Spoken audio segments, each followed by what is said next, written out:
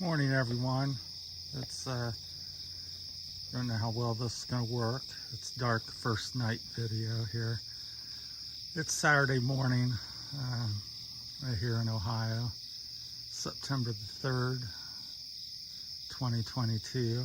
Going out for a little early morning ride. It's still dark. Sun doesn't come up till about 7, and it's a little after 6, I think, right now. So this is my bike, my trike, electric Catrike 700, which I've highly customized. It's got a 4,000 watt HPC hub motor,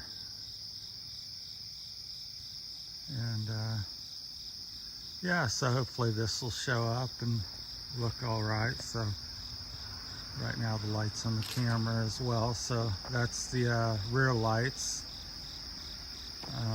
and also they blink. I'll show you that here in a minute. And here's the front. These are just more or less the running lights, and I have a brighter light. This is a lupine Betty. I believe it's 18 or 2,000 lumens. Very bright. I'll turn that on in a minute. So yeah, it's getting out here. It's supposed to rain by 9 to 12 o'clock. Storms and showers move in, so up early. Labor Day weekend, supposed to rain every day, so got up early to make a little video to share with you guys. And be sure to show me your setups, and be interested to hear what how you run your bike at night, or electric setup. So like I said, we'll go out for a few hours until it looks like the rain's coming in. So here's the I'll turn on the lights on the blinking mode. They have a blinking mode. I believe these are called nog lights. I've had them for like at least 15 years. So that's the blinking mode. Get down low here. That's what it looks like at night with the blinking mode on. So, and I think these last probably 4 to 6 hours. That'd be a guess. Maybe quite a bit more. They might go for 24 hours, 12 to 24. Don't know. I only change them out maybe once or twice a year, so I don't do a great deal of night riding. So that's the front view, and that I showed you the back. So them are kind of my light running setup. Now if I really want to see at night, then I turn on my lupine system. That's what I got there, and so we're press that on. It's got a high and low. That's high, so right now I'll get down here low. That's what you see from the trike, so I can see down the bike path there. I believe that's on high. I can see, a good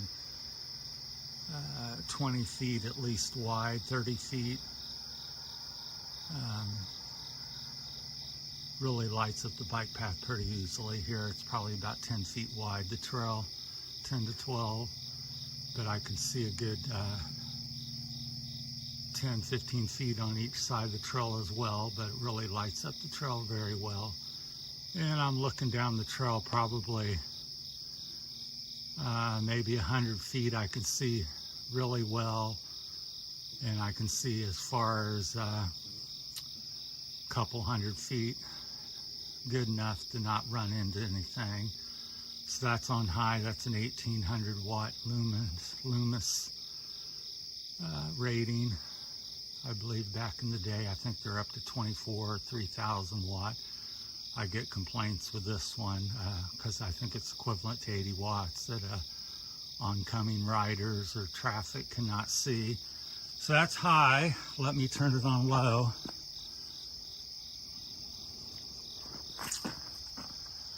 And here we have on low. I can still see the sides of the trail about 10, 12 feet on each side. And I I can see down the trail, 75 to 100 feet, and that's low. I think on the low setting I can go, it's got the water bottle mount battery, which I took the battery out of the water bottle and strapped it on the bike. So I forget the numbers on it, but I think I can run about 15 hours or 12, 15 hours on low, and 6 or 8 or somewhere in that zone on high. So it's a pretty good sized battery. Like I said, this was formerly in their water bottle. So, and I've had the system for about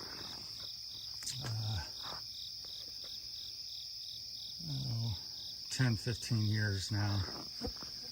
It was very expensive at the day. I think it was about $1,000 system, but it's been going on, and I don't night ride with it a great deal. I got it when I used to mountain bike a lot out here, riding through the woods. So take you for a little ride. So again, that's my fall winter season light setup.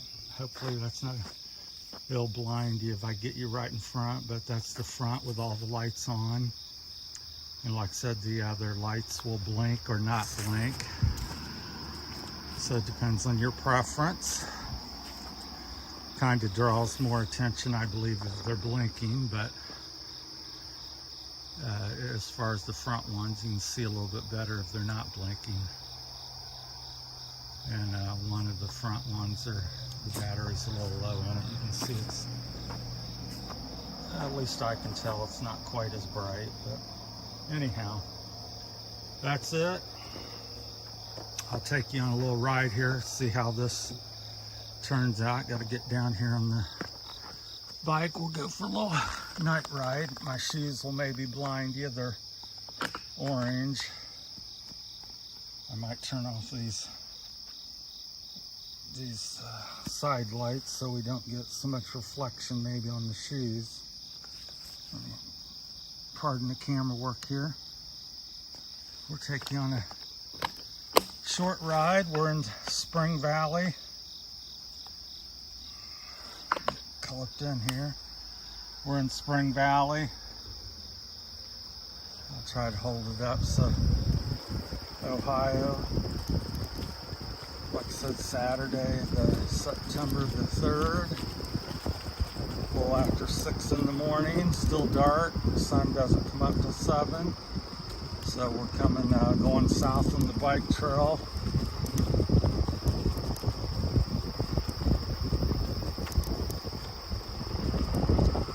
So this is what it's like to ride electric bike in the morning, at night. So let me, I think I got that on the low setting. We'll stop a minute and adjust that so we get a little more visibility. But that's the low setting on the lupine. And there's high, so you can see quite a bit further. Of course, it's adjustable according to the angle to adjust, so you can see really vivid. So people worried about being seen or what it lights up, as you can see with cameras, like daytime here. So you can rip along. This trike is capable of speeds in the mid 40s. I think 46 is the fastest I've had it up on the road. But usually I ride kind of like my race days when I rode, I probably averaged around 20 some miles an hour. So anywhere, every day I rode 20, 30 miles an hour at some point on the ride. Downhills 40, in the 40s, 35, 45. So I think the trike really mimics what I kind of used to do. Obviously it's a little faster. Yeah, so this is, if you had to set up similar to this would be an experience. So not many homes down through here. There's one off to the left. You see the light over there off barely on the left there. Try not to run off the trail. Little log home over there. And there's a park to our right. I see the fog rolling in off the trail. The light's so powerful it really illuminates that and makes it more dramatic than it is. So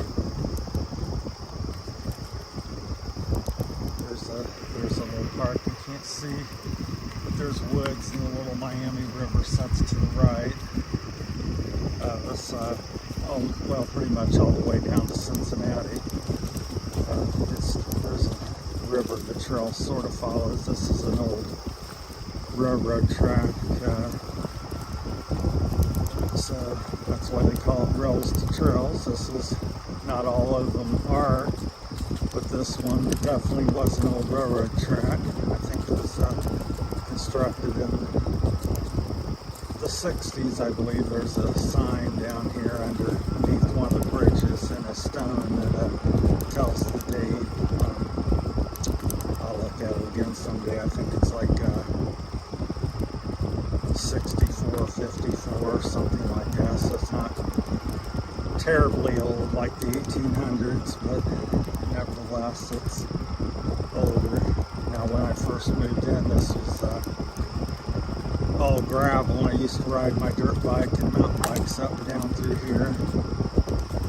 And then up north at Xenia, they still had this is back in the 80s, early 90s, they still had pardon me, I'm watching, seeing something shiny there. Didn't want to run over some glass, but they had the actual railroad metal and ties and all that. It's still intact up through there by the sewer plant. So I've been down here 35, 40 years now. Watched all the changes. So I think we're doing about 12 miles an hour right now. So like I said,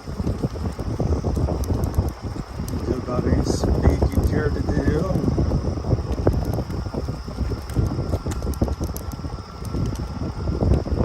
This lighting system, the power of it, as you can see, I can easily, it's daytime basically for me, so you could easily run at 15, 20, 25, whatever speed you want to do, because you have no problem with visibility, as you can tell from the camera. And occasionally you run into a few deer or jogger or something out early, but generally not too many people. One or two people this time of day, if that. Most of the time none, but there are a couple people I do see occasionally. There's a lady on a trike that rides down from Xenia. She's usually around daybreak, so whenever the sun comes up.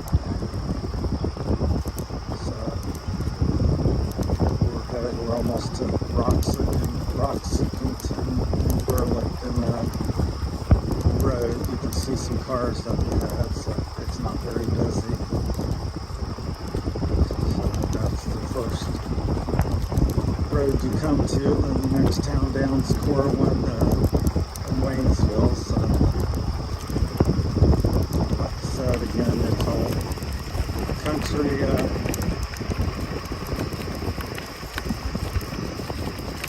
Woods and park and fields off to the right. Right now it's same on the left.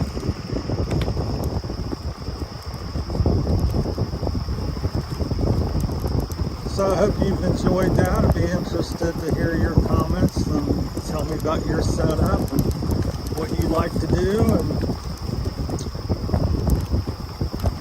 share information. That's what the page is for all of us. I'm just sharing mine, and like to hear about your setup and see some pictures or whatever, comments. And so we're going to stop down here at this next little train. It's a bridge here, right here. We're going to call it a wrap. And thanks for watching. This is Terry. Appreciate your viewing. Thank you.